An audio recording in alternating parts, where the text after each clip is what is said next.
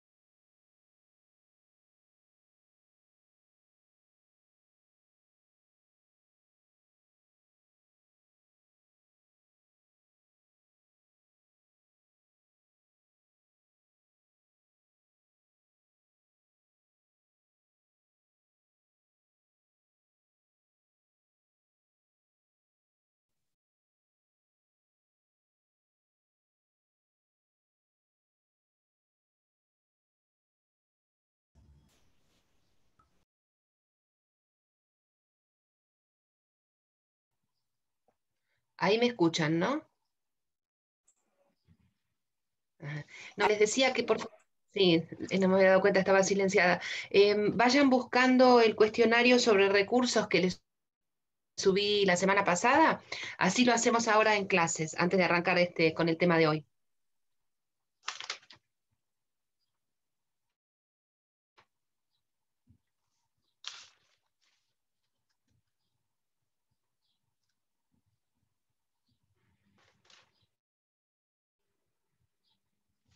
Esta clase fue la clase del 2, ¿no?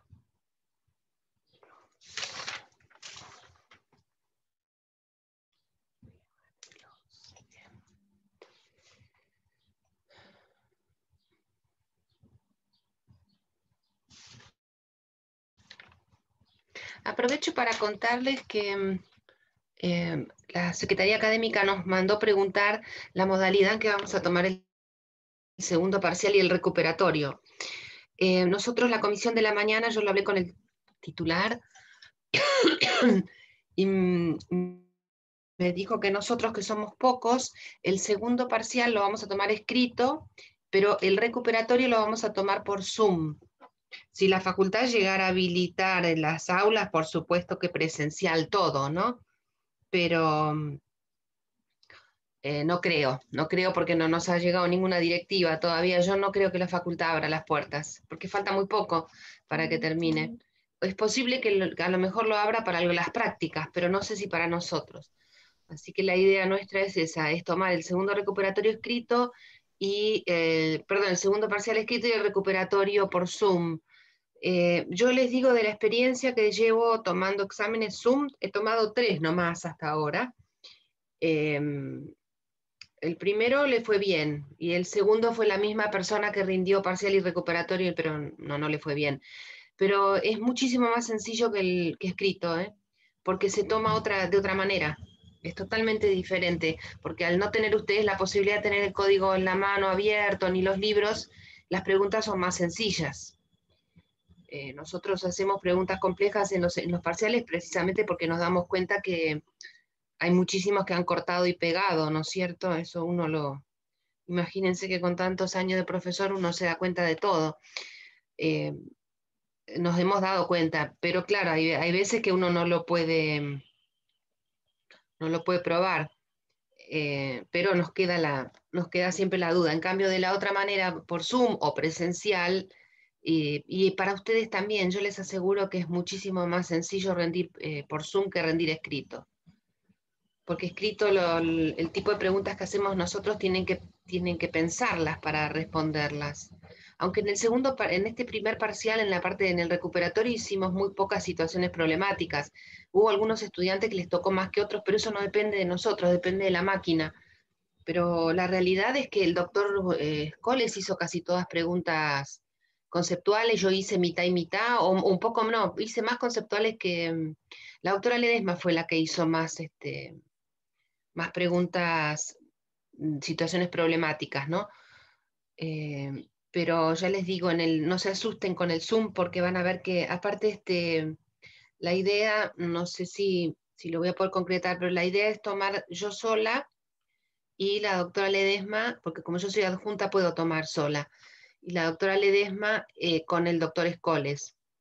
Así que nos dividiríamos la lista y tomaríamos de esa manera, porque no tenemos profesores nosotros, tenemos muy pocos profesores.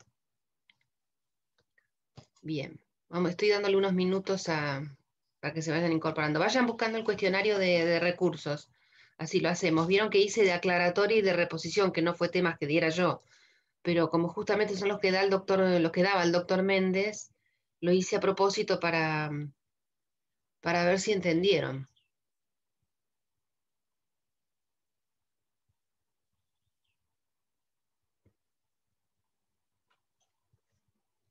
¿Alguna pregunta tienen hasta ahora de lo que hemos visto? Los otros días me estuve escribiendo ahora no me recuerdo en este momento el apellido, con Erika, Conmigo, profe, sí. sobre el tema.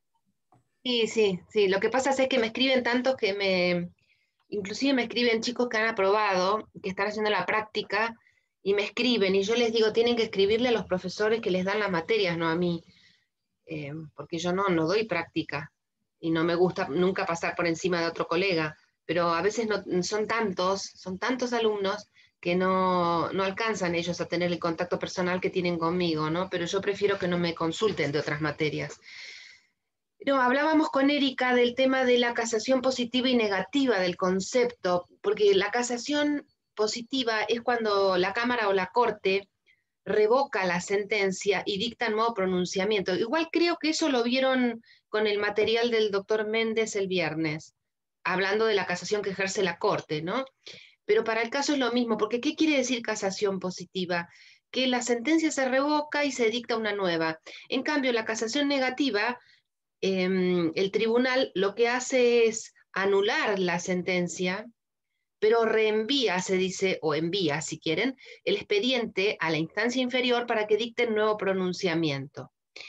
Eh, las cámaras de apelaciones tienen la facultad de anular los fallos. Si ustedes se fijan cuando lean el articulado de recurso de apelación, van a ver que hay un artículo que dice que el recurso de apelación incluye el de nulidad. Entonces, si a ustedes, por ejemplo, un juez de primera instancia les dicta una sentencia que es nula, porque, por ejemplo, le faltan partes esenciales o porque no está fundamentada, porque se olvidó de los fundamentos, esa sentencia es nula, porque tiene un defecto de forma grave, no cumple con los parámetros que establece la ley. Entonces ustedes van a tener que apelar, porque es el recurso del que disponen, pero van a tener que establecer que lo que están pidiendo en realidad es la nulidad. ¿Por qué? Porque la Cámara la va a anular y lo va a mandar de vuelta a otro juez de primera instancia. Hay que ver, depende cómo es la situación en particular, pero en principio lo va a mandar a primera instancia para que se dicte un nuevo pronunciamiento. ¿Qué tipo de casación hizo? Negativa.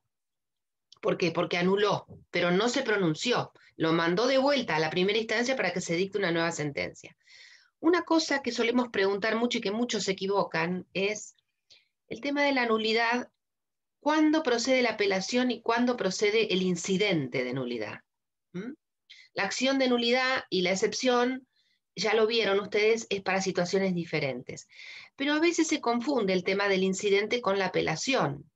Bueno, yo les explico. El incidente de nulidad siempre va a proceder para defectos dentro del procedimiento, del proceso. Es decir, si hay alguna etapa del proceso en la que se visualiza un vicio, ustedes lo que van a tener que hacer es atacarla a través del incidente de nulidad.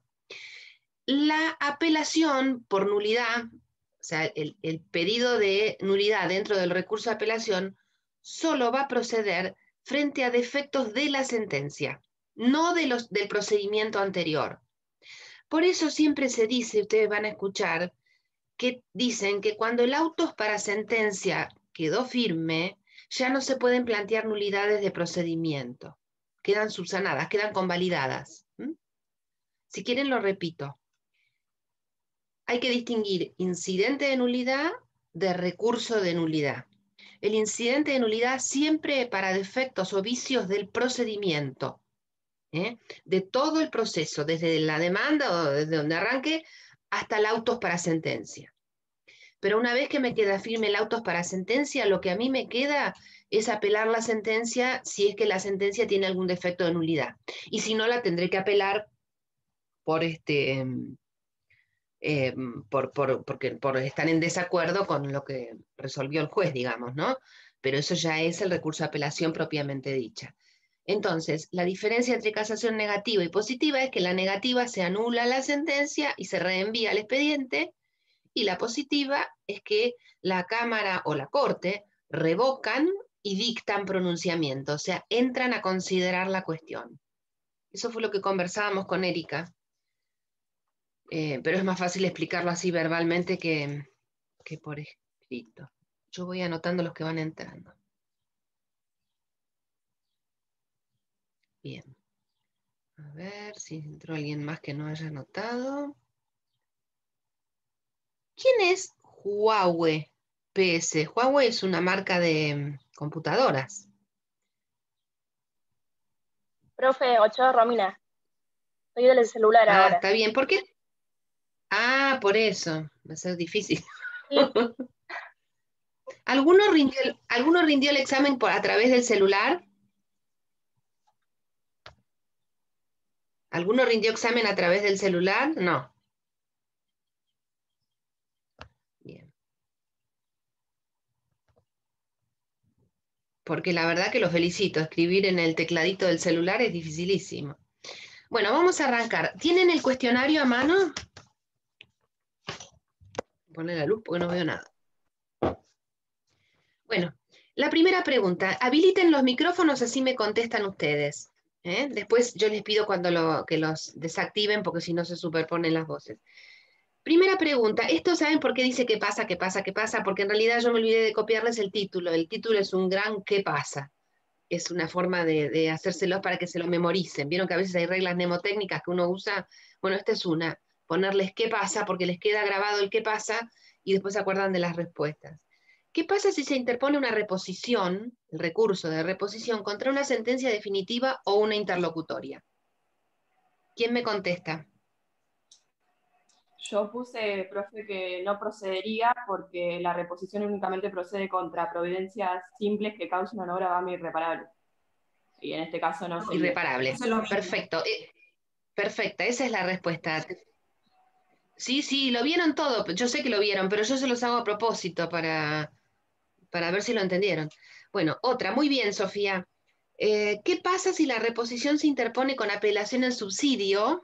Reposición con apelación en subsidio, pero fuera de término. ¿Se acuerdan cuál es el término para interponer la reposición? 3 días. Muy bien. 3 días. Esta parece que la interpusieron. Perfecto. La interpusieron el 4.º día. Dice, ¿qué pasa si se interpone con apelación subsidio, pero fuera de término y dentro de los 5 días? ¿Qué sucede? No tiene lugar la reposición y sí tiene lugar la apelación.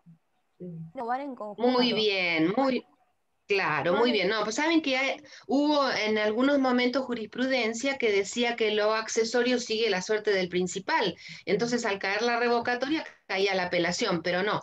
Esto ya hace mucho que la jurisprudencia ha aclarado que no va a hacer lugar a la reposición por extemporánea, pero va a conceder el recurso de apelación interpuesto en subsidio. Muy bien. Tercera, ¿qué pasa si la parte perjudicada por el cambio de criterio, no, esta es una lindísima pregunta. Esta sí que es una pregunta mala. Dice, ¿qué pasa si la parte perjudicada por el cambio de criterio del juez no contestó el traslado de la revocatoria? ¿Se acuerdan cuándo había que sustanciarla y cuándo no, la revocatoria? A ver, Magdalena, que te tengo justo abajo. Magdalena Meana. Cuando lo pide la misma parte, se sustancia. Cuando lo pide la misma parte, no se...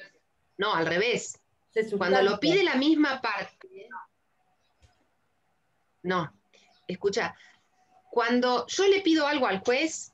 Sí. Y el juez no me lo concede, yo planteo la reposición, pero no se sustancia. Se sustancia al revés, cuando yo pido la reposición de una providencia pedida por otro, porque le estaría cambiando lo que el otro pidió, para hablar en forma vulgar. Sí. Entonces, no se sustancia cuando corresponde. ¿Ves que es importante hacer este tipo de preguntas? Porque es un error a lo mejor de lectura, porque el código es claro, ¿no? Bueno, ¿qué pasa entonces si yo pedí la reposición de una providencia que fue pedida por Magdalena? Resulta que cuando la sustanciamos, Magdalena no contesta. ¿Qué pasa con eso? Yo ahí puse que era inapelable. Muy bien. ¿Quién lo contestó? Yo, profe. Por el artículo 150. Sofía. Exacto. Es así. ¿Vos sos recursante, Sofía? De la otra cátedra. Está bien. De José, sí. Muy bien tu respuesta. ¿Qué contestó Sofía? Que es inapelable porque cuando le corrieron el traslado y él no lo contestó, se aplica el 150, que dice que si a mí me corren traslado de algo y yo no lo contesto, después me embromo. Me embromo porque lo consentí, entonces no puedo apelar. Muy bien, Sofía, porque no es una pregunta fácil de responder esa. Pierde derecho a la apelación. Mira, vamos a hacerlo de vuelta. Yo pido algo, ¿no es cierto? Y el juzgado me lo concede. Viene Magdalena y pide reposición. A ver si lo estoy diciendo bien o lo estoy diciendo al revés. No, está bien, sí, Magdalena pide reposición y el juez le hace lugar. Pero antes de hacerle lugar, me sustanció a mí, porque yo fui la que pedí originariamente la petición, y yo no contesté el traslado de la reposición. Y el juez cambia de criterio y le hace lugar a lo que pide Magdalena. ¿Puedo apelar yo? No puedo apelar porque yo no contesté el traslado. Después, no se preocupen si no lo entienden porque yo les voy a subir las respuestas. No las subí antes porque quería que lo hiciéramos juntos. Entonces, la respuesta es, la resolución que admite la reposición es inapelable porque al no haber contestado el traslado deviene aplicable el 150. Pregunta cuarta. ¿Qué pasa si se deniega una reposición con apelación en subsidio? ¿Qué hago? A ver, Ezequiel, que sos muy buen alumno. A la cámara. Ay, Natalia, le ganaste de mano. Bueno, la próxima me la responde Ezequiel, que está mirando para arriba. Digo muy buen alumno porque se sacó una nota excelente en el parcial. Y se la puso la doctora Ledesma, no yo. Bueno, entonces tiene que ir en queja, muy bien. Quinta pregunta, esta es para Ezequiel. ¿Qué pasa si no se interpone aclaratoria y se deduce directamente apelación? ¿El tribunal de alzada puede suplir omisiones? ¿Qué te parece? Para mí no. No, sí puede, pero ¿qué es lo que tenés que hacer vos, apelante? Pasa que la aclaratoria no la resuelve el tribunal de alzada, por eso yo creo que lo que puede suplir el tribunal de alzada... no. No, está bien. Sí. No, vos te olvidaste, el juez de primera instancia dictó sentencia, ¿no es cierto? Y se olvidó de poner, qué sé yo, no sé, un rubro en un juicio de daños. Y vos, la verdad, no te avivaste en el momento, en los 3 días que tenés para interponer aclaratoria, pero como vos le hiciste caso a la doctora Jiménez Bauer, no interpusiste aclaratoria, pero sí interpusiste apelación. Cuando vos fundes la apelación, vas a decirle al juez, señor juez, faltan tal y tal puntos, no hay problema. sea, no es que la aclaratoria sea obligatoria, la aclaratoria sirve para evitar dispendio jurisdiccional, para evitar tener que ir a la Cámara y toda la historia que viene después. ¿Me siguen? Claro, Si es una pavada que el juez la puede resolver... ¿Cómo? Te escucho, te escucho. No, subsanar la omisión, no sé, ¿Estabas hablando? Ah, no, apagó el micrófono. Claro, esa es la aclaratoria, pero si vos te olvidas, si te olvidaste de interponer la aclaratoria, eso lo podés conseguir a través del recurso de apelación. ¿Eh? Las omisiones en las que incurre el juez se pueden subsanar también por recurso de apelación. Bien. Por supuesto que lo tenés que poner en la expresión de agravios o en el memorial, ¿no? La sexta, ¿cómo es la forma de la resolución esta es importantísima, chicos. ¿Cómo es la forma, qué tipo de resolución, si es providencia simple, interlocutoria, definitiva? ¿Cómo es la forma de la resolución que resuelve la aclaratoria interpuesta contra una sentencia definitiva? Esta es difícil, a ver si alguno me la saca. Y acá dudé entre providencia simple e interlocutoria. ¿Quién está hablando? ¿Natalia? Yo, Natalia. Sí. Dale, a ver, decime por qué cada cosa. Y interlocutoria sería porque en realidad resuelve la aclaratoria, pero que no es, digamos, lo que resuelve un decreto o una providencia simple. Y por el otro lado, una providencia simple porque es algo, digamos, que no cambia la sentencia. Mira, muy bien. En Entonces realidad, no sé te voy a cuál explicar cómo es la cosa. Claro, porque ¿sabés cuál es la trampa de esta pregunta? Es que depende de qué es lo que vos pidas a través de la aclaratoria. Si, por ejemplo, el juez omitió considerar una pretensión, la demanda tenía varias pretensiones, y omitió considerar una, que por supuesto respecto de la cual se produjo prueba y todo lo demás, la aclaratoria va a tener que salir con forma de resolución interlocutoria. Va a tener que, ¿por qué? Porque el juez va a tener que fundarla y pronunciarse y referirse a los argumentos de una y otra parte. Entonces tiene que salir como resolución interlocutoria.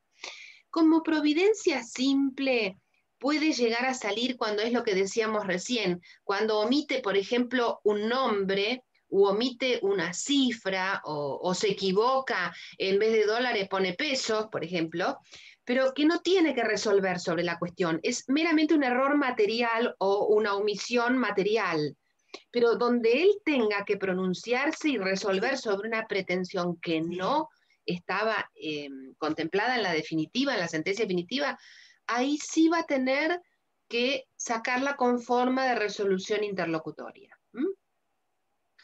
Ven que son Bien. todas cosas que yo estoy segura que si ustedes las analizan, las saben. Y ese es el tipo de preguntas que hacemos en el examen.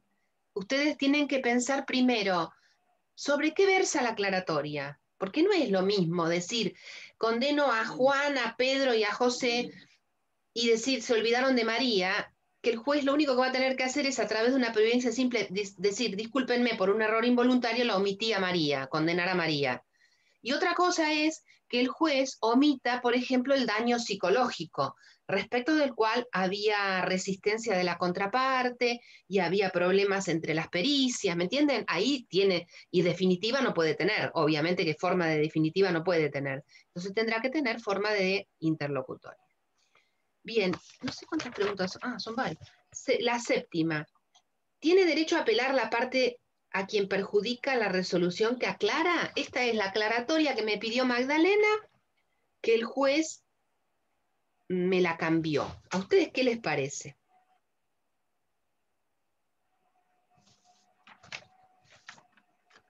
Obviamente sí. Ahí mismo decía, Salvo que yo no haga. está previsto en el Código Procesal. Claro, no está previsto, pero los autores dicen... Sí, ahí mismo. Sí. Claro, los autores... Pero que sí, por supuesto, no que allí nace el gravamen. Exacto. Esa es la respuesta que yo di en el cuestionario. Que ahí Claro, nace el exacto, gravamen. sí. Bueno, octavo, ¿qué pasa si el recurrente funda en el mismo escrito de interposición? Estamos hablando de la apelación ya, ¿no? ¿Pierde la posibilidad de presentar el memorial o la expresión de agravios? Esto está en el código y lo vimos la semana pasada. ¿Qué pasa si yo apelo y fundo en el mismo escrito? Era que se lo tomaban la interposición, pero tenía que fundar después, pero en realidad los juzgados se lo tomaban como fundado ya. Muy bien. Mira, lo que dice el código es que el secretario toma nota de la apelación y devuelve el escrito, se lo devuelve el escrito. Eso lo van a encontrar en el código. En la práctica, la mayoría lo que hacen es lo tienen por fundado antes de tiempo. Pero el código dice que se debe devolver el escrito. Se deja constancia de la apelación, el oficial primero dice, en tal fecha la doctora fulana apeló, y desglosa el escrito y se lo devuelve para que lo presente en la fecha que, digamos, cuando le corresponda. Eso es lo que dice el código. La realidad es que no lo hacen. Lo que hacen lo tienen por fundado antes de término, porque ustedes pueden anticiparse a realizar las cargas procesales. Lo que pasa es que no les conviene, pero muchas veces uno se anticipa o porque se va de viaje o porque va a tener mucho trabajo y sabe que no lo va a poder hacer, entonces a veces uno lo hace. No es lo conveniente, no conviene, pero se puede hacer. Novena, ¿procede el efecto diferido en resoluciones dictadas en juicio sumarísimo? Esta es la típica pregunta de examen. Ustedes cuando les preguntemos algo así, porque en esto siempre se equivocan, siempre, porque por ejemplo, yo les hablo de un interdicto. Ustedes lo primero que tienen que saber es cuál es el trámite que el juez le va a dar al interdicto, o en un juicio de daños de accidente de tránsito, qué trámite le va a dar. Eso lo tienen que saber porque lo vimos en la primera parte, en el artículo 5. El interdicto va por sumarísimo. El daño y perjuicio derivado de un accidente automotor va por sumario. Entonces yo acá les pregunto, miren si yo les hubiera preguntado, ¿procede el efecto diferido en resoluciones dictadas en un interdicto? Y ustedes todos como de cabeza me van a decir, sí, procede, y no procede. ¿Por qué? Porque en el juicio sumarísimo, ¿qué es lo que está vedado? ¿O qué es lo que está limitado? Ahí tienen que ir al 486, 96, no me acuerdo. ¿Qué dice el artículo? 86 o 96, chicos, nunca, no. Yo estudié con el Código de Nación, este es el problema que tengo con la numeración de provincia. Nunca lo pude corregir, es el 96.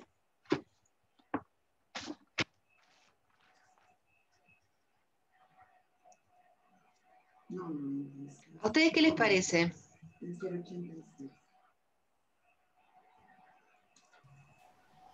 Dice que se conceden en relación y con efecto devolutivo. Muy bien, ¿y qué se conceden? ¿Todas o está limitado? Solo en las sentencias definitivas y las providencias que decreten medidas precautorias. Medidas cautelares, muy bien. Entonces, no procede en el juicio sumarísimo. Esto yo se los hice a propósito, en realidad tendría que haberles cambiado, tendría que haberles puesto en un interdicto, para que ustedes tuvieran que tomarse el trabajo de ver cuál es el trámite del interdicto y después ir, si es sumario, a los artículos de sumario, y si es sumarísimo, a los artículos de sumarísimo. Porque eso es lo que hace que se equivoquen en los exámenes. ¿Me siguen? De este tipo de preguntas hicimos muchísimas nosotros, y la mayoría se equivocaron porque no tuvieron la precaución de primero analizar cuál es el tipo de trámite y después ver qué dice el código respecto de, por ejemplo, de las apelaciones o de lo que fuere, ¿no? Háganme caso, cuando tengan ese tipo de preguntas en las que está involucrado el trámite, vayan primero al artículo 5 a ver qué dice, y después vayan y también pueden ir a los artículos referentes al proceso especial, ¿no es cierto? Pero siempre antes de contestar, abran y más ahora que lo hacen por así virtual, que tienen la posibilidad de tener el código al lado, hagan eso, porque si no, no las van a responder. Si ustedes piensan que de memoria lo van a sacar, no lo van a sacar. A mí justamente en el parcial me tocó una de esas. Vos sos Erika, no te acordás cuál es la pregunta, ¿no? Sí, me había preguntado si se podía interponer la reconvención en el caso de un interdicto. y me confundí. Y pusiste Porque, que sí. claro, pero yo sabía que en un sumarísimo no se podía interponer, pero no sabía que el interdicto era sumarísimo. Yo Claro. agarré y dije, bueno, También pasó sí. lo mismo con las... Claro, por eso, pero ¿sabés qué? Si vos ibas al artículo 5 lo ibas a encontrar, al de competencia. Por eso les digo, lo mismo te hubiera pasado si te preguntábamos si se podían o poner la excepción, una excepción, qué sé yo, de defecto legal en un interdicto. Y capaz que hubieras contestado que sí, y en realidad no hay excepciones previas en el interdicto, en los juicios sumarísimos. Por eso es que yo les digo, relacionen, antes de contestar, relacionen. Bien, vamos a apurarnos porque son 1:30. ¿Qué pasa si no se pidió la rectificación en primera instancia? Bueno, esta es bastante parecida, la rectificación de la forma de concesión, esto es lo que falta acá. Si, por ejemplo, me lo concedieron en relación y debía haber sido concedido en forma libremente, o me lo concedieron con efecto suspensivo y debían haberlo concedido con efecto devolutivo. ¿Qué podemos hacer? ¿Se pide la rectificación dentro de los 3 días? Muy bien, ¿dónde?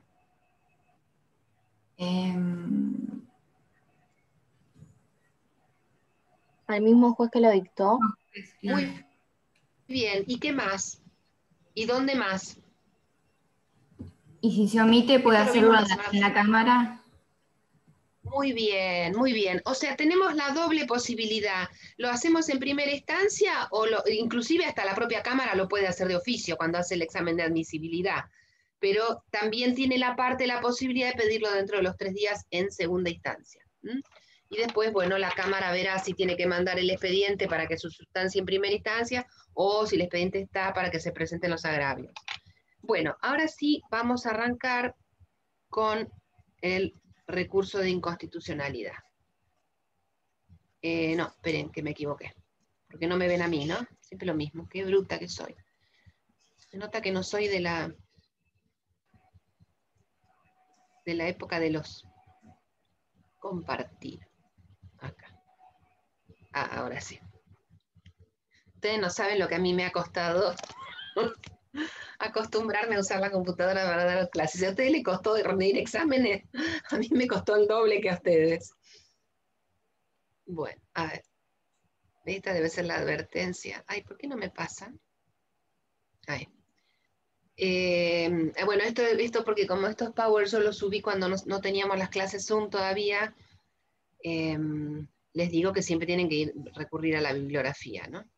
Bueno, recursos de inconstitucionalidad. Ahora entramos ya en los recursos extraordinarios, ¿no es cierto? Ya dejamos de lado los recursos ordinarios y nos vamos a los extraordinarios que se interponen ante el tribunal colegiado de la Cámara o el tribunal colegiado, si fuera, ahora ya no hay más, pero sí, los laborales quedaron, pero los de familia antes eran colegiados, entonces este tipo de recursos se interponía también ante el tribunal colegiado de familia para que intervenga la Corte, perdón.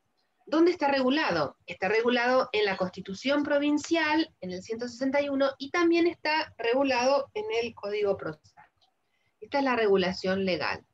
¿Cuál es el concepto de recurso de inconstitucionalidad? Yo les pongo que es el remedio, porque ustedes se acuerdan que el género es remedio, la especie es recurso, ¿no es cierto? Entonces es el remedio acordado para impugnar sentencias definitivas de Cámara o de tribunales colegiados que hayan decidido un caso en donde está comprometida la validez o invalidez de una norma constitucional, perdón, de una norma contraria a la Constitución, o también, no solamente cuando se basa la sentencia en una norma, en un decreto, en un reglamento que sea contrario a la Constitución provincial, sino también cuando se trate directamente de la norma constitucional y que se trate sobre qué, sobre la interpretación que le ha dado el juez. Cualquiera de las cláusulas, por ejemplo, el derecho de propiedad, porque la Constitución provincial y la nacional son muy parecidas. Es más completa la provincial, pero muchas veces pasa que lo que está comprometido es, o sobre lo que se pronunció la Cámara, es sobre directamente una cláusula constitucional. Pero también se puede declarar la inconstitucionalidad de una ley provincial, de un decreto, de un reglamento, de una ordenanza, actos que emanen tanto del poder legislativo como del poder ejecutivo. Yo, por ejemplo, vamos a poner un ejemplo concreto. La Municipalidad General Pueyrredón ha decidido plantar un árbol donde yo tengo la salida de garage de mi casa. O ha decidido ponerme una antena de esas espantosas que hay por todos lados que me afea terriblemente mi casa, o que tengo que estar esquivando el poste ese para, no sé, algún disparate así, porque es bastante finito el tema, ¿no? Bueno, eso es un acto que salió a través de una ordenanza municipal. Entonces yo planteo un juicio para remover ese poste. Y los jueces de primera instancia no me dan bolilla, voy a la Cámara Contencioso, no me da bolilla. ¿Qué me queda? El recurso de inconstitucionalidad. ¿Por qué? Porque la sentencia de Cámara dijo que la municipalidad puede ponerme un poste en la entrada de la salida de garaje de mi casa. Y para mí esa ordenanza es inconstitucional, porque está afectando mi derecho de propiedad, me está restringiendo mi dominio. Entonces yo planteo el recurso de inconstitucionalidad, porque no es que la sentencia de Cámara interpretó mal una ley o no hizo caso a una doctrina legal. En ese caso, hubiera correspondido el recurso de inaplicabilidad que ustedes ya vieron. Pero acá lo que yo estoy cuestionando es directamente la constitucionalidad o inconstitucionalidad de la ordenanza municipal. Entonces, el recurso que yo tengo que interponer es este. ¿Por qué yo les digo esto? Porque la Corte de Provincia, si ustedes se equivocan en el recurso, si tenían que plantear inconstitucionalidad y plantearon recurso de inaplicabilidad, o tenían que plantear nulidad y plantearon inconstitucionalidad, la Corte les va a dar por la cabeza.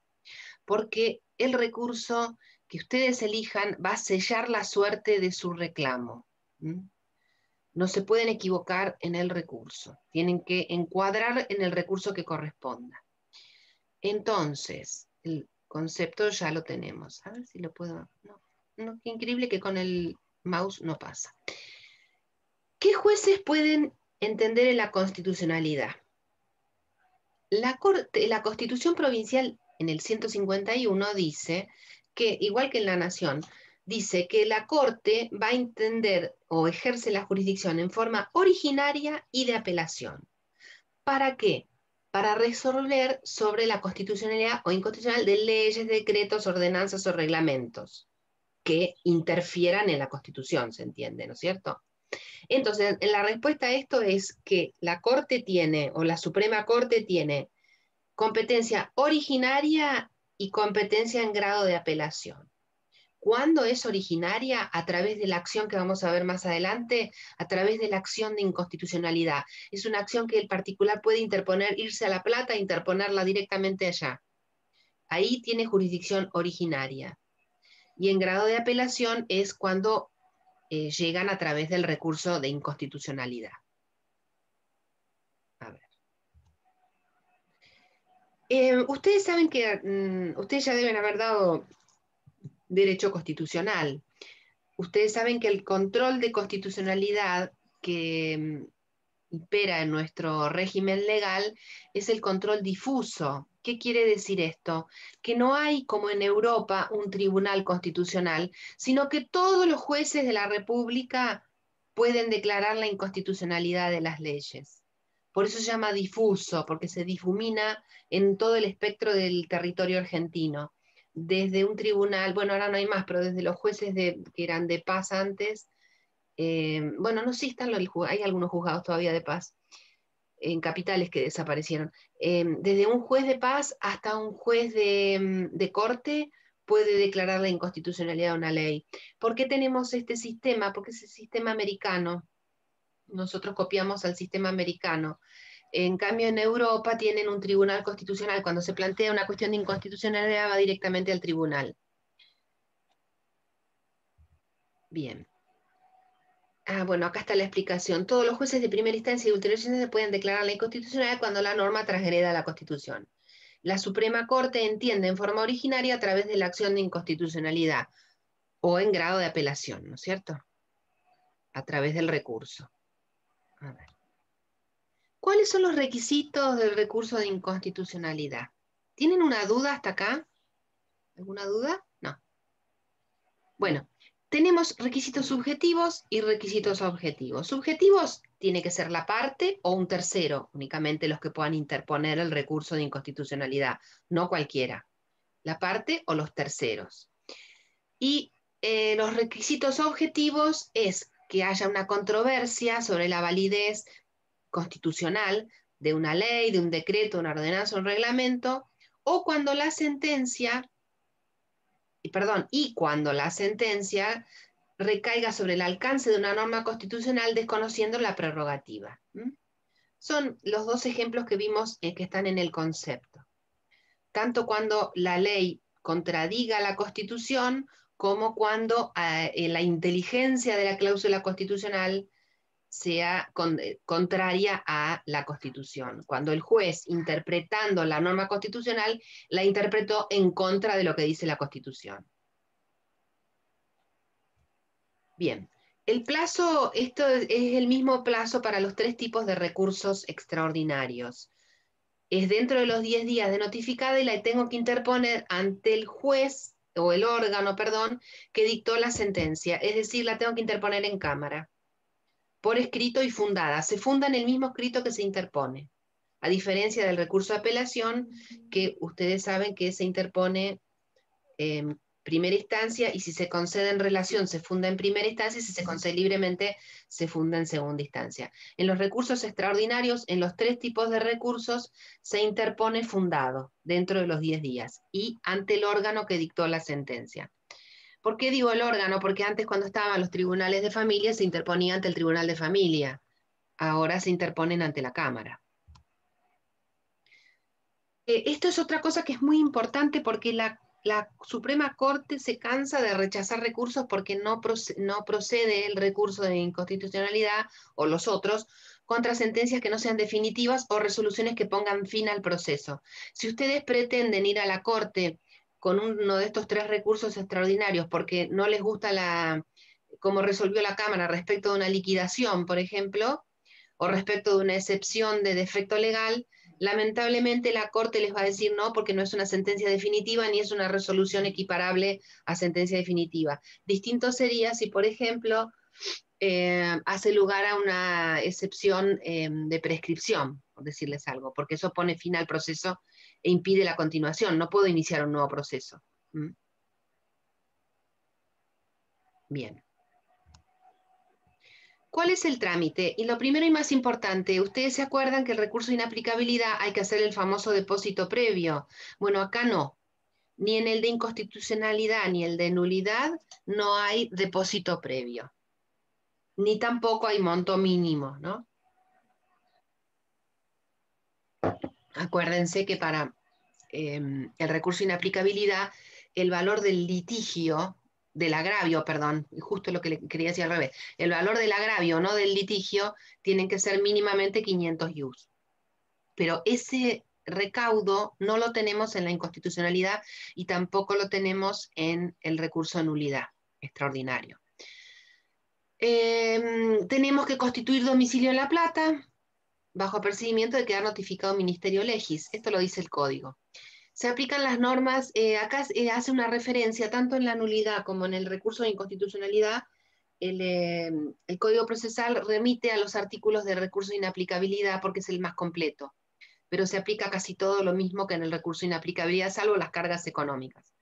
Y se le debe correr vista al Procurador General. El Procurador General, ¿por qué? Porque tiene una explicación de por qué. Porque en el recurso en los recursos extraordinarios, en general, y sobre todo en el de inconstitucionalidad, está interesado el Estado en cómo se resuelve, porque estamos hablando de la Constitución provincial. La Corte está interpretando la Constitución, entonces hay que escucharlo al Estado. Bien. ¿Cuál es el contenido de la sentencia? En el caso del recurso de inconstitucionalidad, ejerce casación positiva, es decir, va a revocar la sentencia y va a dictar un nuevo pronunciamiento. Si se rechaza el recurso, obviamente las costas al recurrente. el marco normativo de la... porque ahora entramos en la acción de inconstitucionalidad. Esta es cuando yo voy hasta La Plata e interpongo la demanda directamente ante la Corte. Acá la Corte está ejerciendo el control de constitucionalidad en forma originaria. O sea, no tengo que pasar por todas las instancias. Esta acción de inconstitucionalidad se interpone ante la Corte, ante la Suprema Corte. Esta es la regulación legal. Esto es repetitivo. ¿Cuál es el control difuso que lo ejercen todos los tribunales originarios a través de esta acción? ¿Qué función cumple esta acción? Cumple una función preventiva. ¿Por qué? Porque si el perjuicio ya se concretó, si la municipalidad ya me enchufó en la salida de garage el poste, tengo que ir por la vía ordinaria. Lamentablemente tengo que ir a los jueces de primera instancia y pedir la remoción del poste y declarar la inconstitucionalidad, obviamente, de la ordenanza que ordenó ponerme el poste en la entrada. Pero si yo veo que está el camión y que lo están por poner, ahí sí puedo interponer la acción, o me entero de la ordenanza, mejor aún. Me entero que salió una ordenanza porque tengo un amigo que trabaja en la municipalidad y me dice, mira Marcela, te están por poner el poste. Entonces, ¿yo qué hago? Dentro de los 30 días me voy a la Corte de Provincia e interpongo la acción de inconstitucionalidad. ¿Quiénes son los legitimados? Obviamente el afectado. Tiene que haber un interés jurídico, o sea, no puede ser mi vecina que no le pasa nada, teóricamente no le pasa nada, no puede, aunque le moleste estéticamente, que no quede muy lindo, si no hay un interés concreto, a ella no le van a hacer lugar a la acción. Pero a mí sí, porque a mí me está por ocasionar un perjuicio concreto. ¿Cuál es la medida cautelar? Y es la medida de no innovar. La Corte a veces ha hecho lugar a la cautelar.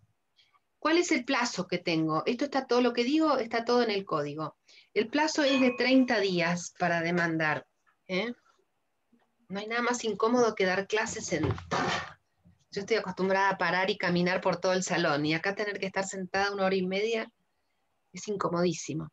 Entonces, el plazo que tenemos es de 30 días desde que se produce la afectación, o que se va a producir la afectación.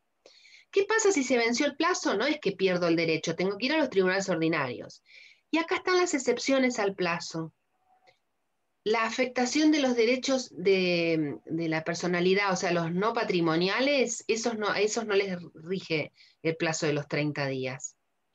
Y tampoco le rige el plazo si todavía no fue aplicada y digamos, yo me acabo de enterar que están por tratar, por ejemplo, en el Consejo Deliberante la ordenanza, y yo ahí interpongo la acción. ¿Por qué? Porque lo hago en forma preventiva, justamente.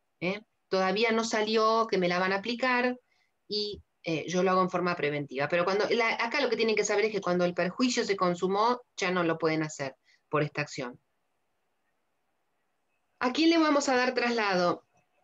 Depende de quién emane el acto. Al asesor de gobierno cuando emana del poder legislativo o ejecutivo, y a los representantes legales de los municipios o funcionarios titulares de los organismos involucrados. En el caso del poste será al intendente del General Pueyrredón, ¿no? Si se trata de actos de la legislatura provincial o del poder ejecutivo del gobernador o de uno de sus ministros, ahí tendremos que darle traslado al asesor de gobierno. ¿Se producen pruebas? Sí, se producen pruebas, porque es como un pequeño proceso esto. El presidente de la Corte fija el plazo de prueba y se produce la prueba en la Corte, y concluida la causa pasa a dictar sentencia. Se escucha previamente al procurador y se dicta la providencia de autos para sentencia. Si se declara la inconstitucionalidad de la norma, por supuesto la sentencia tiene que decir cuáles puntos de la norma son inconstitucionales, porque a veces son normas que contemplan muchas cosas y solamente hay una parte que es inconstitucional. Y si no, obviamente, si no, se va a rechazar la demanda. ¿Alguna duda de esta? Porque ya pasamos a recurso de nulidad. Bien. Espérenme un segundo que quiero hacer una cuenta. 3, 6, 9, 12, 15, 18. Siempre me falta uno. Recurso de nulidad extraordinario. Este otro recurso extraordinario, en este la casación es al revés, es la casación negativa, porque la Corte, ¿qué es lo que va a hacer? Va a anular la sentencia, porque tiene un defecto. Ya vamos a ver cuáles son los defectos que habilitan a este recurso. Están en el 161, bueno, 170 y pico, nunca me acuerdo los números. Acá están, 168 y 171.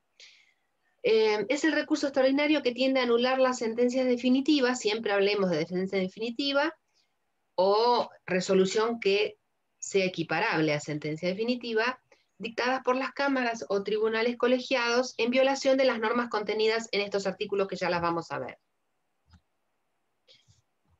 ¿Dónde está regulado? En el 161 y en el Código Procesal. ¿Qué tipo de casación? Ya lo vimos. Casación negativa, anula la sentencia y envía el expediente para que se dicte una nueva sentencia. Este recurso admite análisis de cuestiones de hecho. Esto, ¿saben por qué se los puse a propósito? Porque siempre que preguntamos qué tipo de cuestiones analiza la Corte cuando le interponen un recurso de extraordinario en general, y siempre dicen cuestiones de derecho. ¿Por qué? Porque hace muchos años en la Corte de Nación, yo no sé en provincia, pero en Nación sí, la Corte de Nación solamente entendía cuando había cuestiones de derecho que resolver, no cuestiones de hecho. Había una vieja doctrina que decía que las cuestiones de hecho no son susceptibles del recurso extraordinario. Yo supongo que eso también se habrá trasladado a provincia. Yo no vivía acá en esas épocas, pero calculo que debe haber sido igual. ¿Qué pasó? Que a partir de la década, no quiero mentirle si fue del 20 o del 30, por ahí, empezaron a aparecer fallos de la Corte en los que se empezaban a tratar cuestiones de hecho. Hubo un caso famoso que lo van a ver cuando lo vean con el doctor Escoles, de unas marcas, de una marca de ganado. Había un litigio en relación a eso, y ahí la Corte empezó a hablar de la famosa arbitrariedad. ¿Por qué?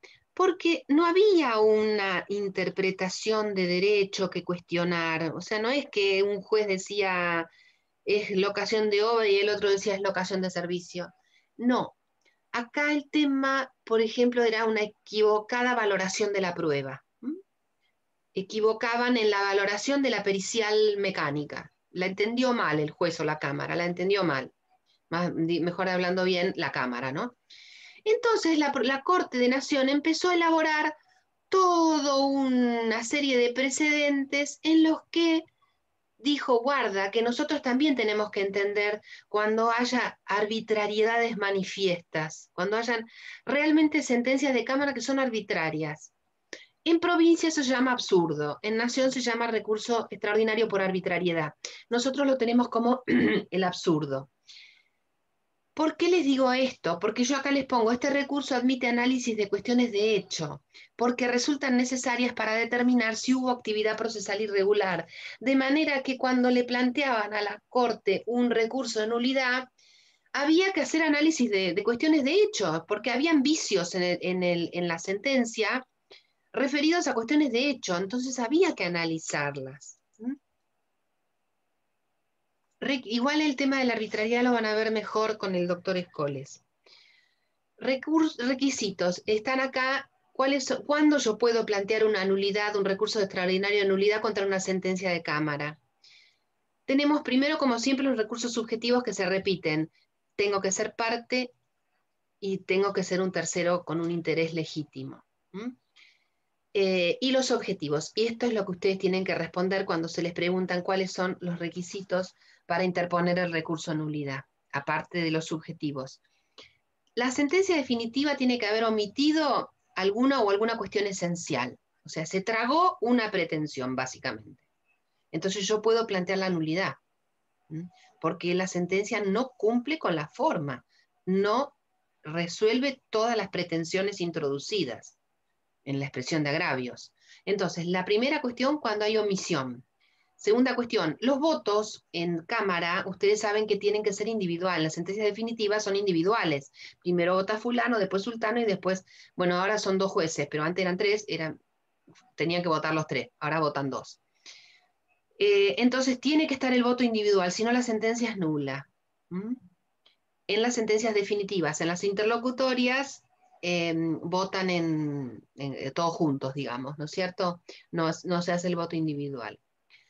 Aunque yo he visto por ahí alguna interlocutoria en que los jueces se dieron el lujo de votar en forma individual, pero no es lo que establece la ley. Entonces, el voto tiene que ser individual, tiene que haberse alcanzado la mayoría. Supongamos que es sala de 2, como es ahora, que son 2 jueces, y uno dice A y el otro dice B. Hay un tercero que es el que desempata. Esto tiene que darse, ¿eh? Y supongamos que fuera una sala de 3, como en algunos lados todavía queda. Tienen que ganar, tiene que ser 2-1, ¿eh? Pero hay que respetar las mayorías, hay que hacer las cuentas. Y la forma del acuerdo, que es la que está en el código, también hay que respetarlo. Me olvidé de subirles el fallo de cámara. Después lo voy a buscar y se lo subo. Les voy a buscar un fallo de cámara y un fallo de corte para que vean las formas. Y las sentencias tienen que estar fundadas en derecho. Si la sentencia no está fundada, uno puede pedir la nulidad. Requisitos formales, se repite lo mismo que en el requisito de inconstitucionalidad, del recurso de inconstitucionalidad, perdón. Se interpone por escrito ante el órgano que dictó la sentencia atacada, dentro de los 10 días se interpone fundado y tampoco hay depósito previo ni monto mínimo.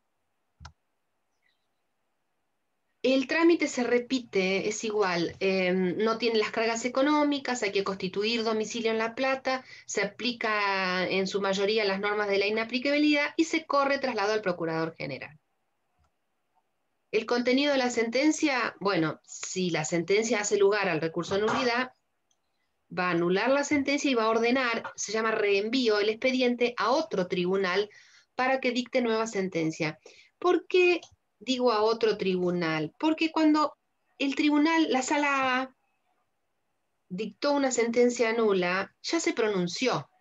Entonces, la Corte lo va a mandar a la sala B, porque la sala A ya se pronunció. ¿Me siguen? Hay veces, no de la Corte, hay veces que la Cámara cuando anula una sentencia se la manda al mismo juez. Pero en líneas generales, cuando hubo pronunciamiento en la cuestión de fondo, ya no se la van a mandar al mismo tribunal, lo van a mandar a otro, porque ese tribunal ya juzgó, ya emitió opinión. Yo trabajé en Buenos Aires en el fuero comercial muchos años, y los últimos años estuve en la Cámara Comercial y nos tocó, en gracia o en desgracia, la quiebra de Sacetru. Los más grandes se deben acordar. Sacetru era como Molinos Río de la Plata, la que hace la harina Blancaflor, ¿vieron? Bueno, Sacetru era un monstruo, una empresa de las más grandes de Argentina que cayó en quiebra. Era monumental entender. Yo les aseguro que yo una vez estuve encerrada en un cuarto 1 mes mirando la quiebra porque tenía que hacer las regulaciones de honorario. Era una cosa espantosa, horrible, era una desgracia. Bueno, 3 veces la Corte anuló las sentencias. Se refería a la homologación del acuerdo, ¿no? Del acuerdo preventivo. Ustedes no han dado quiebras, pero hay básicamente dos procesos universales, el concurso preventivo y la quiebra. En el concurso preventivo el deudor propone un acuerdo, dice, bueno, yo voy a pagar de tal y tal forma. En la quiebra directamente se produce la liquidación. Sacetru, una empresa tan grande, tenía un avión y tenía un barco en Holanda. Era una cosa tremenda. Tenía una planta, me acuerdo, una planta de producción de galletitas dulces y saladas, supongo, en San Juan, que estaba bajo el agua. Y yo me acuerdo que el pobre síndico venía todos los días a la Cámara a pedir que sacáramos la sentencia porque se le estaba hundiendo la planta en el agua. Era una cosa terrible. Era otra Argentina también, ¿no? Bueno, la Corte de la Nación intervino 3 veces anuló. Fíjense, y claro, me acuerdo, el primer fallo lo dictó la sala C. Va a la Corte, se anula. Lo manda a la sala D, de dedo. Dicta fallo, se presenta de vuelta el recurso, la Corte anula y nos lo mandó a nosotros, a la sala E donde yo trabajaba, nosotros dictamos el fallo y después yo me enteré que también lo anuló. Así que este es el ejemplo para que ustedes recuerden que lo manda a otro tribunal, porque si la sala E ya dijo que el acuerdo no era homologable y la Corte lo anula por un defecto de forma, obviamente la sala E no va a volver a decir, sí, está bien, ahora la hago bien la sentencia, pero sigo manteniendo mi criterio, ¿entienden? Por eso es que se manda a otro tribunal. Y esto es una perlita. La Suprema Corte tiene la facultad de sancionar pecuniariamente a los jueces que pronunciaron la sentencia, porque la realidad es que no los está sancionando por una interpretación errónea de derecho o de la prueba, los está sancionando porque no cumplieron con las formas legales. Igual yo no, hay muy pocos casos. No, me parece que hay un caso de una multa pecuniaria a un juez, pero es poco frecuente. Y este es el último punto que me toca a mí, que es el recurso de queja por denegación de recurso extraordinario. Esto está regulado en el 292 y también en una acordada que después brevemente, yo la voy a subir, pero brevemente la vamos a ver.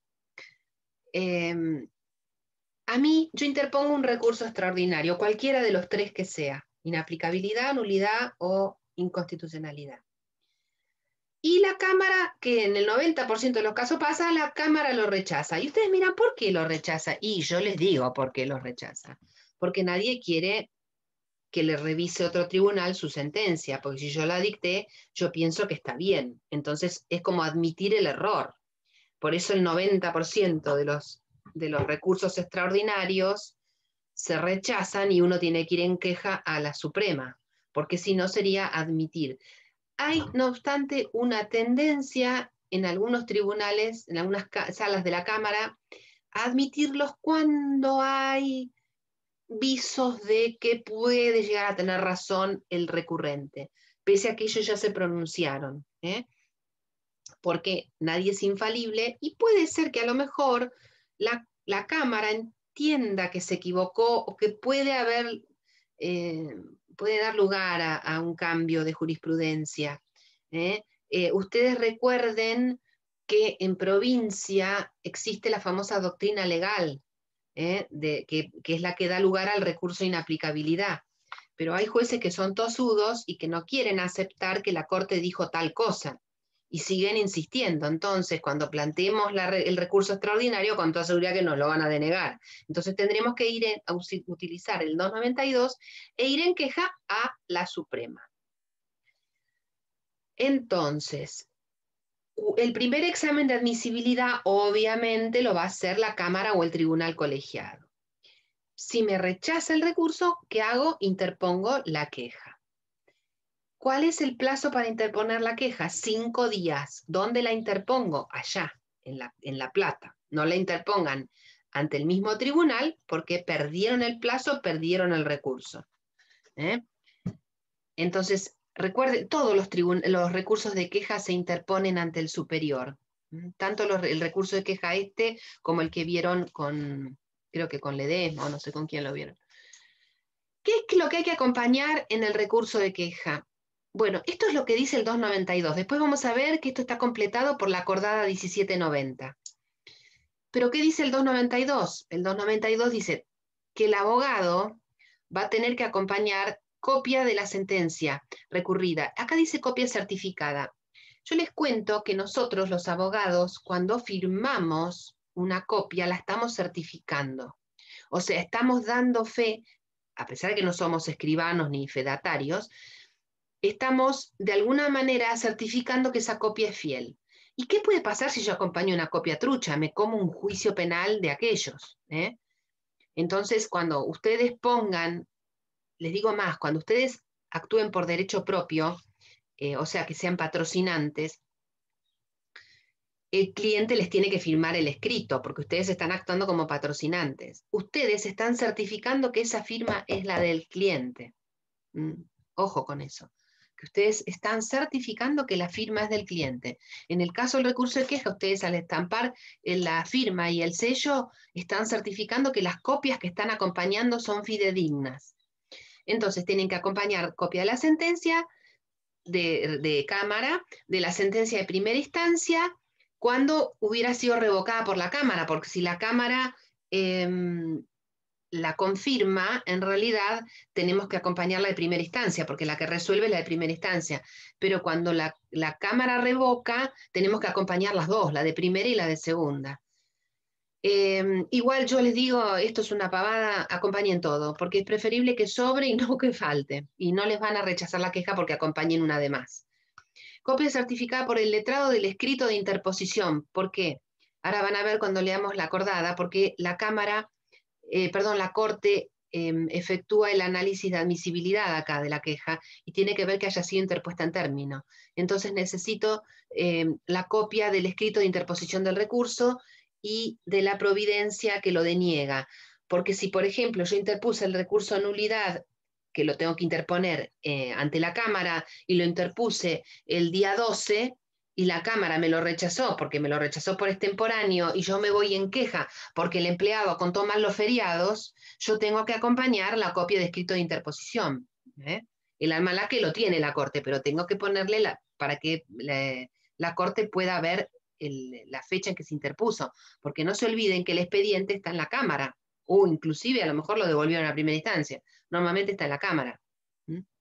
Entonces, como a la Corte le va a llegar nada más que mi escrito interponiendo la queja y estas copias, la Corte necesita tener todos los elementos para ver si fue interpuesto en término, si se lo declaró desierto porque se lo declaró desierto. Y el 292 mismo deja abierta la puerta para los demás recaudos. ¿Cómo es el trámite? Ya lo dijimos, se presenta ante la Suprema dentro de los 5 días con los recaudos del 292 y de la acordada 1790. La Corte tiene 5 días para admitir si fue bien o mal denegado o declarado desierto, y si hace lugar a la queja, dicta la providencia de autos, y van a ver, dicta la providencia de autos y manda a pedir el expediente. Esto me faltó ponerlo. Bueno, este es un tema. Ahora, este lo achicamos y... No, ¿qué hice? No. Espera. A ver. ¿La ven? ¿Ven la acordada 1790? No, profe, se ve lo mismo. A ver, ¿será que habrá que apretar dejar de compartir? Sí. A ver, vamos a ver.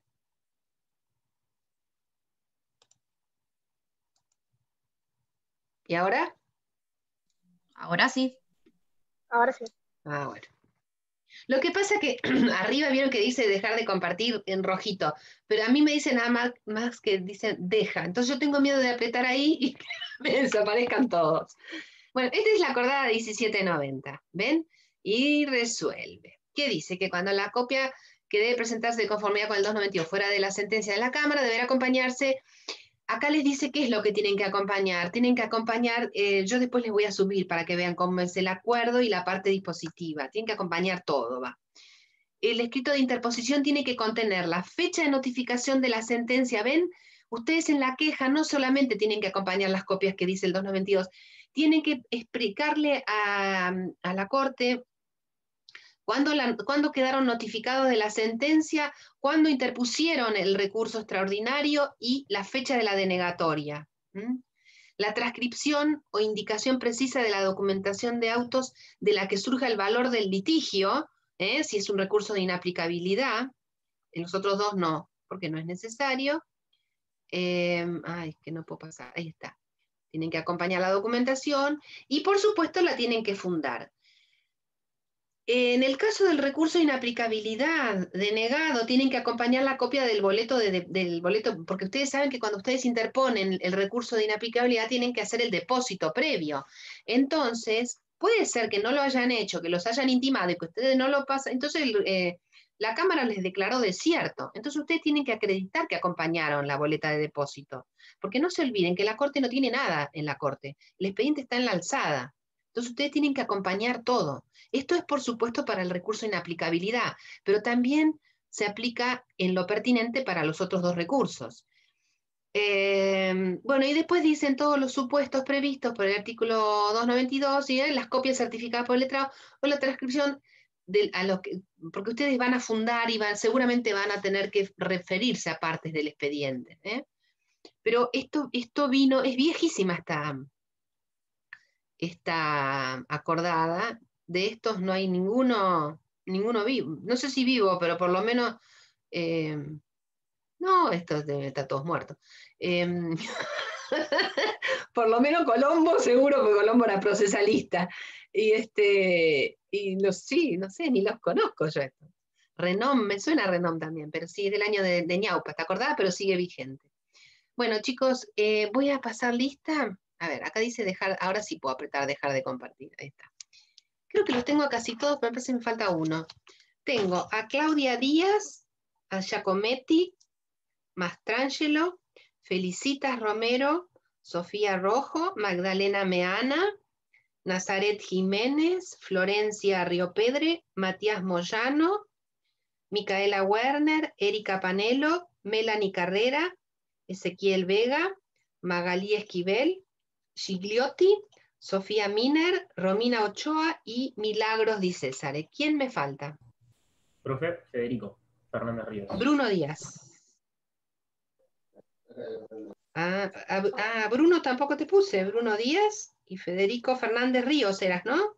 Sí, gracias. Buenísimo. Bueno, ahora corto con ustedes y les